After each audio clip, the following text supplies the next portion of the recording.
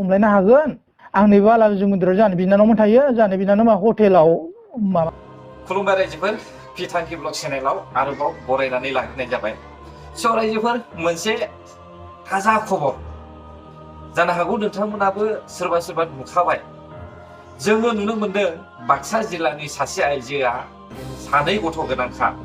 आरो जों खोनानाय बायदिब्ला बियो सुन्दारियावहाय हाबा जाखानायमोन आरो बिनि फिसाया सुन्दारियावहाय अमा दाननो होननानैहाय नाथाय जि मुसलपुरावहाय हाबा जाहैनानै सानै गथ' जोनोम होखानाय बे आइजोआ बाजारावहाय थाइलेण्ड मागुरनोहाय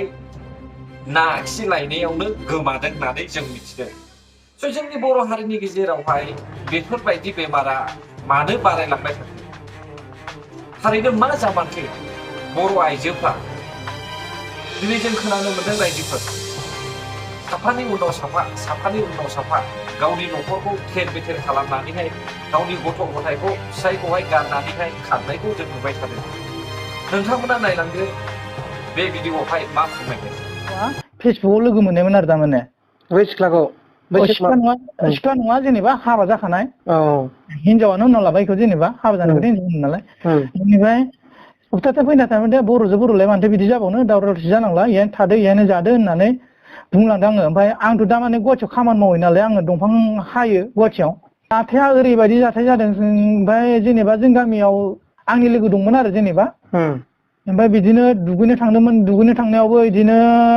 मानसिफोरा दावराव खालामबाय दुगैनायल' जेनेबा जोंनिया दारागावआव दुगैनो थांदोंमोन आरो जेनेबा बेफोरावनो बिदि बदनाम जालांबाय आरो दुगैनायल'आवनो हेल' सार औ मा होनो माबोरै जादोंमोनलाय अबे गामिनि मानि आङो जाहैबाय बाक्सानि थाना मुसलपुर ओमफ्राय पस्ट अफिस दिहिरा गामि सिब्रुबारि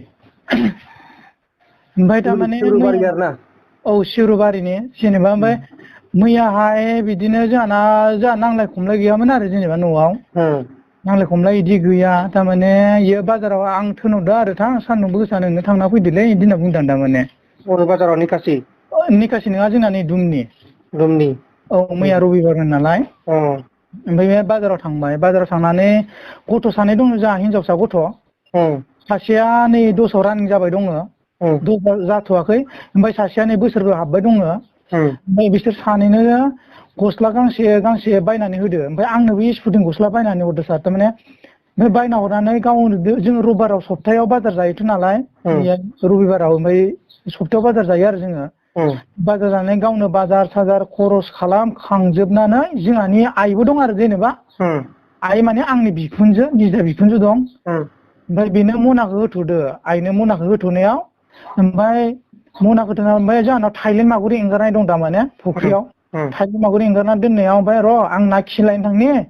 बिदि होननाय मानसियानो दिनैसिम गैया दाबो गैया बेसे गोबाव जाखो मैयानो जादों घटनाया मैया 11थानिफ्राय जादों माने नोंसा बिखुनजोजों नोंनि हिनजावजों बाजार खालामनो थांदोंमोन जाहैबाय औ बिसोरो बाजार खालामनो थांदोंमोन ओमफ्राय जोंहानि बिखुनजोआ एख' मिथिया थारमाने ओमफ्राय दुमनिनिफ्राय गोमाबाय औ सार ओमफ्राय जोंहानि बिखुनजोआ नामा हा सोरनावबा आलासि जानो थांदों खोमा आलासि जानो थांनाय नङा सार थारमाने जोंहानाव सासे जेनेबा बै क'क्राझारनि बिसिना थानाया माबा गोलैयो खोमा मा होनो बङाइगाव गोलैयो ओमफ्राय बिसिनि बाजार जायो बिसोरो र' बाजार नामखौ बावलायलांबाय आङो ओमफ्राय जोंहानि न'आव सप्ताथाम थाफैदो थारमाने बै माबाया हिनजाव मानसिया ओमफ्राय सप्ताथाम बाजार नामा बिसिना सुन्दुरि गोलैयो सुन्दुरिबा बङाइगाव बोरै जानो सुन्दुरिया खाथि दे खाथि सुन्दुरियाव बिनि हौवाया अमा दानो थारमाने ओमफ्राय बे हौवाजों गारलायलायबाय बियो गारलायनानै जोंहा न'आव सप्ताथाम थाफैदों आरो जेनेबा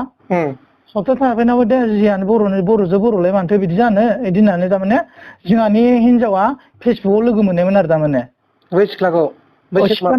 सिख्ला नङा जेनेबा हाबा जाखानाय हिनजावानो उनाव लाबाय बेखौ जेनेबा हाबा जानायखौथ' हिनजाव नालाय बेनिफ्राय सप्तासे फैना थारमाने बर'जों बर'लाय मानोथो बिदि जाबावनो दावराव दावसि जानांला इयावनो थादो इयावनो जादो होननानै बुंलांदों आङो ओमफ्राय आंथ' दा माने गुवाहाटियाव खामानि मावो नालाय आङो दंफां हायो गुवाहाटियाव मा जायगायाव आं नैबे सनापुराव थायो आङो दा सनापुरावनो दंबा आं सनापुरनिफ्राय नै दाख्लै दावराव जानायनिफ्राय आं दा न'आव फैबा गथ' सानै दं नालाय ओमफ्राय बिदिनो बै दाख्लै रबिबार खालि ओमफ्राय बिराद गिदिर दावराव जाना थांदों थारमाने महिलाफोर फैलायनाय माबा फैलायनाय बै हिनजाव थाफैनायनि थाखायनो बिदि दावराव जाना थांदों थारमाने ओमफ्राय आं गैयामोन नालाय गैयाव इनिफ्राय बिदिनो दाख्लै रबिबार खालिखौ आं मंगलबार खालि दोनहैदों ओमफ्राय दिनै रबिबार जाबाय नालाय दाख्लै रबिबार खालि सप्ता खनसे ओमफ्राय दिनै रबिबार मैया रबिबारमोन नालाय दिनै समबार रबिबार खालि इसोर दावराव जादों इनिफ्राय मैया रबिबार इदि सप्तासे जाबाय इनखौ ओमफ्राय दाख्लै थांनाय मंगलबार खालि आङो दुमनिसिम दोनना फैदों आंखौ ओमफ्राय दुमनिसिम दोनना फैनायाव जाहैबाय मा मबाइलनि फैसा हरनो दङ ओमफ्राय मबाइलनि फैसा हरनो दङ इदि होननानै बुंहरदों ओमफ्राय इयो फैनानै जोंहानि हिनजावा मुसुलपुर एरियाखौनो गिदिंनो रोङा थारमाने माने सोरबा दोनदोंमोन नोङो औ बै जायबा जानाव थाफैनाय बेखौ दुमनिसिम दोनदोंमोन दुमनिसिम दोनहैदों इयो न'आव थांगोन होनना थांदों आङो जिंखा मैगं काक्रेल ओमफ्राय बायदिसिना खानानै हरलायलांदों आङो थांगोन होननायखाय ओमफ्राय जुदि आंबो नंगौना नंगौ थांगोन होननाय गुवाहाटियावसो थांनानै गावनि बिनानावा खामानि मावो ना मानो बेहाय ओमफ्राय गुवाहाटियाव ओमफ्राय माबा बालाजि मन्दिरनि उनखिजा थायो होनदों ओमफ्राय गावसा बिमादै निजा दं होननायबो खोनादों ओमफ्राय दा जोंहानि हिनजावखौ बिदिनो थगाय थुसि लाना थांबाय आरो दा गुवाहाटियाव लांदों नामा औ गुवाहाटियाव दङ होनदों दा नै माबायाव नै बालाजि मन्दिर खाथियाव दं होनना बुंदों आरो दा ओमफ्राय मबाइलखौ सुइस अफ खालामना सोर बियो दाख्लैनो आंनि सिगाङाव बुंखादोंमोन लोगो हमलायबा लोगो हमलायनो हागोन आं नै बालाजि मन्दिराव जोंहानि बिनानावमोन थायो जोंहानि बिनानावा हटेलाव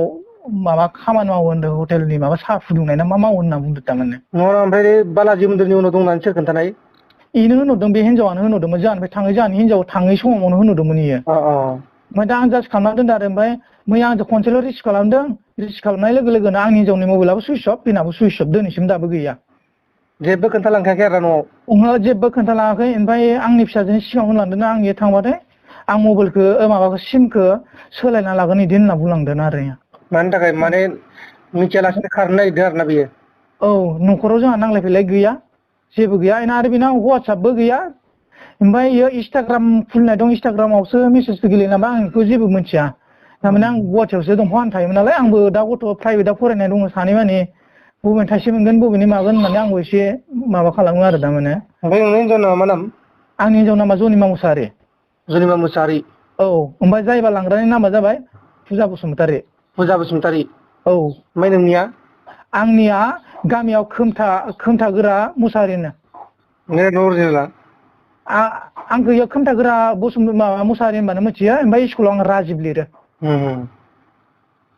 जोंनिया जाबाय थाना मुसुलपुर पस्ट अफिस दिहिरा गामि सिब्रुबारि औ सार नोंसिनि न' खाथियानो जायो जोंनाबो ओमफ्राय मा होनो दा जेनेबा हिनजावा मैया थांदों आरो ना औ मैया थांदों मैयानिफ्राय दा गैया दा आरो मा खालामनो गथ'फोराबो गाबबाय दं सोरबाफोर नुदोंबाथाय खावलायनोसै नामा मोनसे औ आं सोरबाफोर नुदोंबा खावलायफिननो नांगौमोन आंनो हिनजावखौ नांफिनगौ दा गथ' गथायनि मोखांखौ नुना फैफिनथों बिदि सानदोंमोन आरो आं थारमाने बै माने लांफाग्राया सिगां खारग्रोदों जाहैबाय लांफाग्राया बियो क'क्राझार एरियानिखा ओमफ्राय सिगांनो हौवा गारलायखानायखा नङा बे लांफाग्राया मैया खारदोंना दाख्लै खारदों दाख्लै रबिबार खालि जाथाय जादों ओमफ्राय आं मंगलबार खालि बेखौ दुमनियाव दोनना फैदों आङो गारि थिखांना हरदों आं थारमाने मा जाथाय जादोंमोन इयो जाथाया ओरैबायदि जाथाय जादों ओमफ्राय जेनेबा जों गामियाव आंनि लोगो दंमोन आरो जेनेबा ओमफ्राय बिदिनो दुगैनो थांदोंमोन दुगैनो थांनायावबो बिदिनो मानसिफोरा दावराव खालामबाय दुगैनायल'दि जेनेबा जोंनिया दारागावआव दुगैनो थांदोंमोन आरो जेनेबा बेफोरावनो बिदि बदनाम जालांबाय आरो दुगैनायल'आवनो ओमफ्राय आरो बिदि बदनामखौ लानानैसो जोंहानि हिनजावखौ बिदि सिरि सिरि लांखोमाखो ना माखो हारसाबो रोङा मुंबो रोङा आं आरो सानदों आरो जेनेबा बुथारखोमा जाबाय बायबा जोंनि बर'आ ओरैनो बुथारखोमा जाबाय बायगासिनो निउस मानि नुगासिनो गोसोआव साननाय दं आरो आंहा दा माने गथ' सानैखौ लानानै माने गाव खारनानै प्लेनिं खालामखानानै नोंबो रबिबार खालि फैनानै मैया रबिबार ओमफ्राय गथ'नो गस्ला गांसे बायदो गथ' सानैनि गस्ला गांसे बायदो आंनो गस्ला स्पुथिं बायना होलांदो ओमफ्राय बाजार खालामना होलांदो अमा बेदरबो बायना होलांदो ओमफ्राय आङो 28 बार ना मा फन थुदोंमोन 28 बार फन थुनाय लोगो लोगो सुइस अफ ओमफ्राय सासेखौ हमना मोन्दोंमोन ओमफ्राय कलखौ रायलायदोंमोन आरो रायलायनाय लोगो लोगोनो ओमफ्राय दसे थानानै मबाइला सानैनाबो सुइस अफ गैया दा ओमफ्राय माबाखौ माल माथाखौ सोर लाबोखो बाजारनिफ्राय आंनि बिखुनजोआनो लाबोबाय आंनि आइयानो जेनेबा आंनि बिखुनजोखौनो इयो निजिनि बिमाखौनो थगायलांदो ओमफ्राय नोङो मनाखौ लाथ' आं ना खि लायनो थांनि आङो बिदि होननाय मानसियानो फैयासै थारमाने फुख्रियाव ना थालिन मागुर दं ना दाख्लै होदो नालाय आङो ना खि जायो नालाय होनबा ना खि जायोबा ना खि लाफादो ओरैनो बाजारफोराव ओरैनो मोनखायोलै थालिन मागुर जागोन होननायखाय बिदिनो लायनो थांफैनाय फाजिनो गैया मानसियानो गायबखा दा जों खोनानो मोनबाय रायजोफोर बिनि बिसिया गुवाहाटियावहाय खारलांदों होननानैहाय आरो गुवाहाटियाव खारलांनायावहाय बियो मोनथिबाय गावनि लोगोजोंहाय थांदों होननानै, नाथाय सेकेन्ड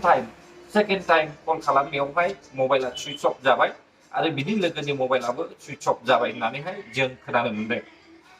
दा बिनि फिसाय बुंनाय बायदिब्ला बियो गावनि बिसिखौहाय गोमाजानायखौ हास्थायाखै आरो गुबुन हारिफोरजोंहाय थांनानै बुथारजानायखौ हास्थायाखै। मानोना जोंनि बर' हारिया गुबुन हारिखौहाय मोजां मोननानैहाय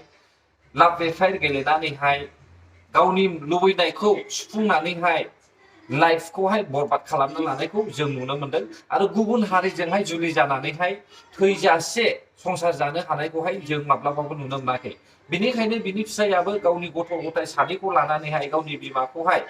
बा गावनि हिनजावखौहाय फैफिनजानायखौ लुबैदों। स' रायजोफोर, नोंथांमोना भिडिअखौ हाजासे शेयार खालामनानै हो जेन' बै खारनानै थानाय आइजोनिसिम भिडिअआ सहैनाय बायदि। आरो जुदि नोंथांमोना आंनि चेनेलावहाय गोदान हाबदोंब्ला, आंनि चेनेलखौ गोदान नायसनदोंब्ला, हायोब्ला साबस्क्राइब खालामनानै होब्लानो जाबाय आरो like share comment and share खालामनानै होब्लानो जाबाय। गोजोन्थों रायजोफोर भिडिअखौ नायनायनि थाखाय। बर' हारि जै जाथों, जै बर' हारिनि।